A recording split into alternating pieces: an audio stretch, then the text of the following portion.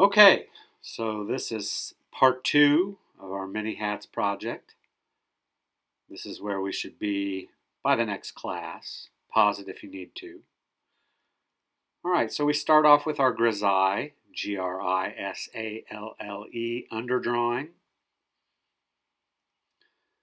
Kind of check it over. If you feel like your whites aren't light enough, which is something that tends to happen when you're first starting to work with this type or style of drawing, you really want to make sure they're dense. So if you zoom in on my image, you'll notice there's a lot of whites. We start off with our burnt sienna, which is kind of like sanguine of the colored pencil world, and we do a very, very light pressure wash or haze or veil, as I like to call it, when we're working with dry materials like colored pencil. And you'll notice that it reduces the value, but it also tints my skin into a kind of fleshy, neutral color. Next, I take out my red and I start to put some rose color, again a light veil, very transparent, very low pressure, in areas like the cheeks, the nose, the fleshier bits of the face, forehead. This is because there's a lot of blood in those areas of the face, the neck as well. Now in my shirt, we've got this tannish kind of gray color, but it's in the yellow family. So I start off with a yellow just as an undertone. I'm going to use complementary mixtures instead of brown in order to get that tan khaki color. I turn it orange by doing a veil over the yellow, which means in order to neutralize it, we need to go over it with blue. Blue will gray it out because blue is the complementary color to orange, and that'll dull it down.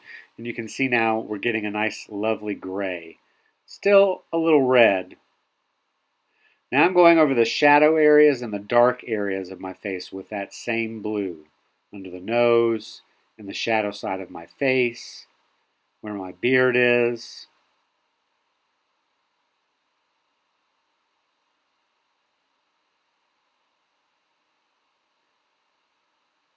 Now at this point, I'm going to put some violet in the background.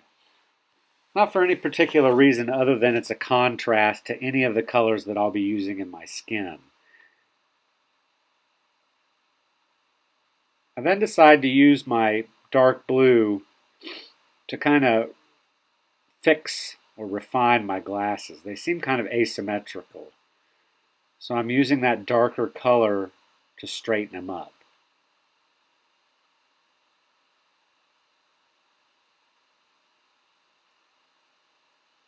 Some yellow is appropriate for those thinner areas of skin and where the light's hitting my face directly. Now you may be asking yourself, why is he going so saturated? Well, it's not really that saturated. It's bright only because there's white underneath it. Back over with some of that sienna color to dull it down a little bit. But there's a reason why I'm putting these brighter colors down, and you'll understand later in this particular stage.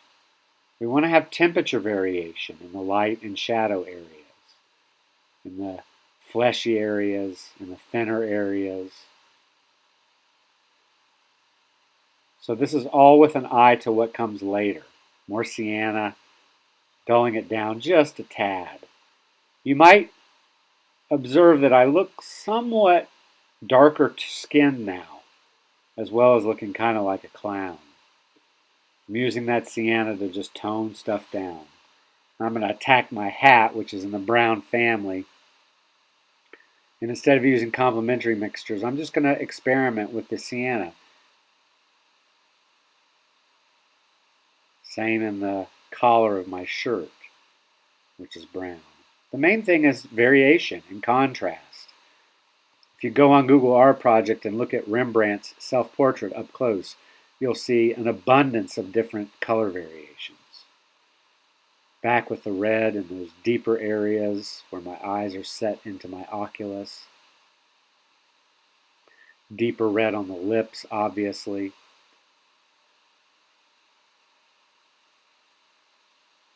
More yellow in the light areas or the highlight areas. Now I'm going to let the face rest for a while and work on those stripes on my suspenders. I put down white, now I'm putting blue in, and I'm making corrections. Remember, we can make corrections.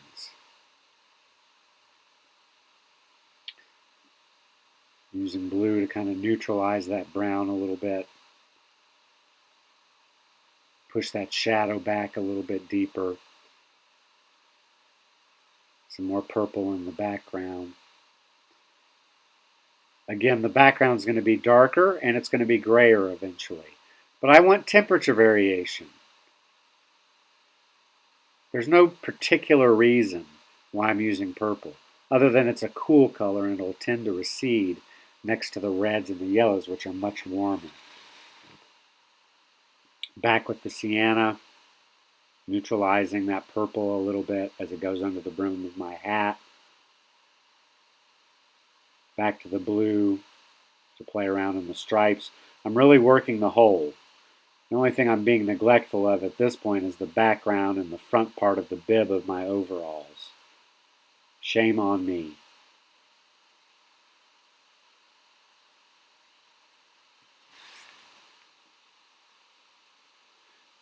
Now here's an important thing. I noticed my glasses were wrong. So I used my eraser and I just got rid of them. Right back to the black of the page. It comes off pretty easy. Just don't bear down very hard. Especially when you have a thinner paper. Using measuring to compare the size of the left lens versus the size of the right end. And then I'm back to my initial grisaille, using white to delineate and to refine. That looks a little better.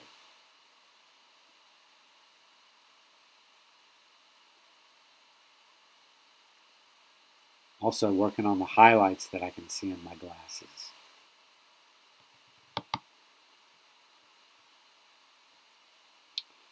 Now I'm using the white to lighten the tones in the skin, and this is the magic phase in my opinion. Because as you start to mix that white, two things happen. The colors become more flesh-like, less saturated, they become heightened, and actually there's a third benefit, and that is it smooths things. Now I just erased where the highlights on my nose are. And I did that because I didn't want the white to mix with any of those undercolors. So if you want to get white specular highlights and you've already laid down color, go ahead and erase back to the black of the page and then just put on pure white.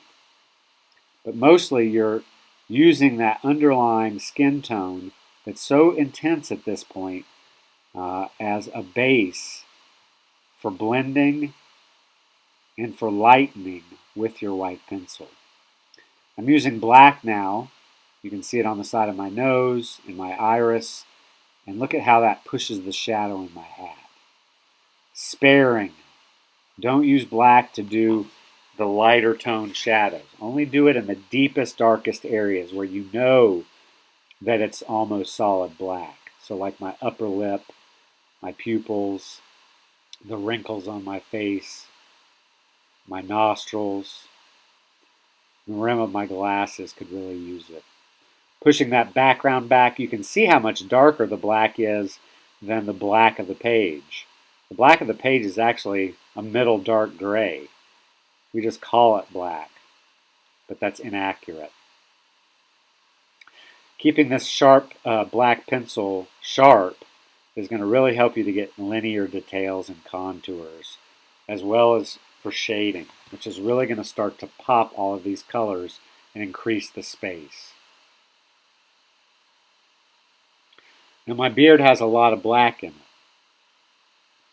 It also has a lot of gray in it, but the gray looks washed out, as does the dark parts of my beard and eyebrows. So I'm pushing them with black. Again, it's areas where I want there to be more solid black or very little variation.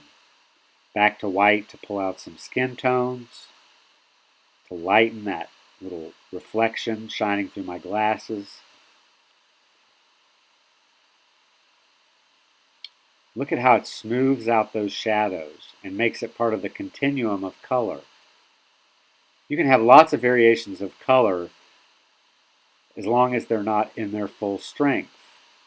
This white not only blends and smooths, lightens and desaturates, but it also has another benefit,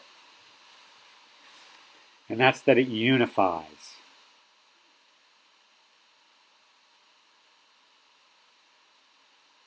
Really pushing the darks in my beard now. You can see that it really pulls my chin and features, lips, nose forward. I do a little softening with the black, but very minimal. It's not like you want to go over the whole shade side with black. It'll deaden the color. Now I'm back to white. Look at how it smooths my skin. And look at how it desaturates that yellow. It's not quite as garish or loud or clown or makeup-like as it used to be once we start mixing with the white. We're also getting some more light back in my features.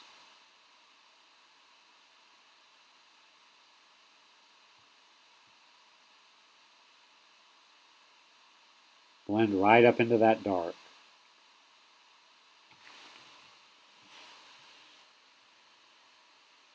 Now I'm going to use the black to put some contours around my glasses. It'll help them to look more symmetrical, and it'll also help them stand out against my face. So remember, contrast of light and dark really pushes space. Back to the white to blend, soften the edge of my beard, soften the shadow of my glasses, soften the edge of my eyebrow, soften the shadows that the glasses are casting on my face.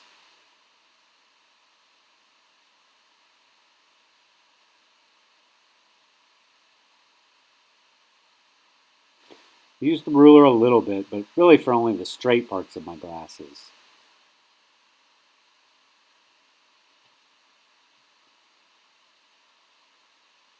I'm going to put some green into my eye because it's hazel eyes.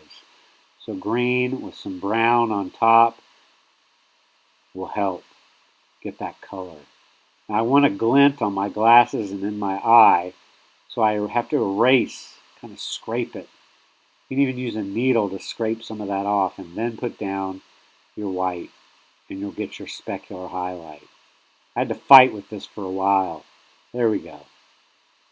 A little contour around it, and we've got a specular highlight in my eye. A little ruddiness to my cheeks, so I'm trying to orange up. Still feels a little bit yellow on the right side of my face. But look at how calm it is and how neutral it is and pale it is compared to my neck, which still haven't had very much treatment with the white.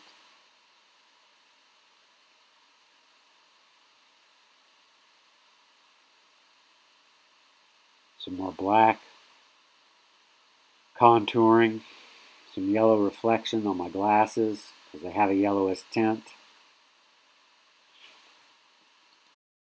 So this is where I took a break. Now I'm going to push the beard hairs and shadows in and underneath the gray of my beard a little darker. Put some more white gray in there. Maybe even some more white in that skin. And I'll just go back over it with color to get the tonality back. Softening some of those shadows in my neck so it doesn't look like such a cut.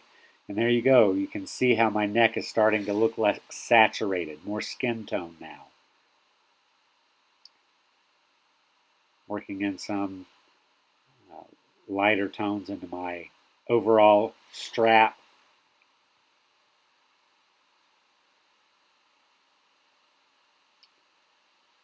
The dark brown on the kind of upper part of my shoulders and sleeves, I start off with burnt sienna because it's kind of orangey, but I'm going to go over it with a darker brown later. So this is about where you should be for the next class. There's a part 3. We'll get to it. See you then.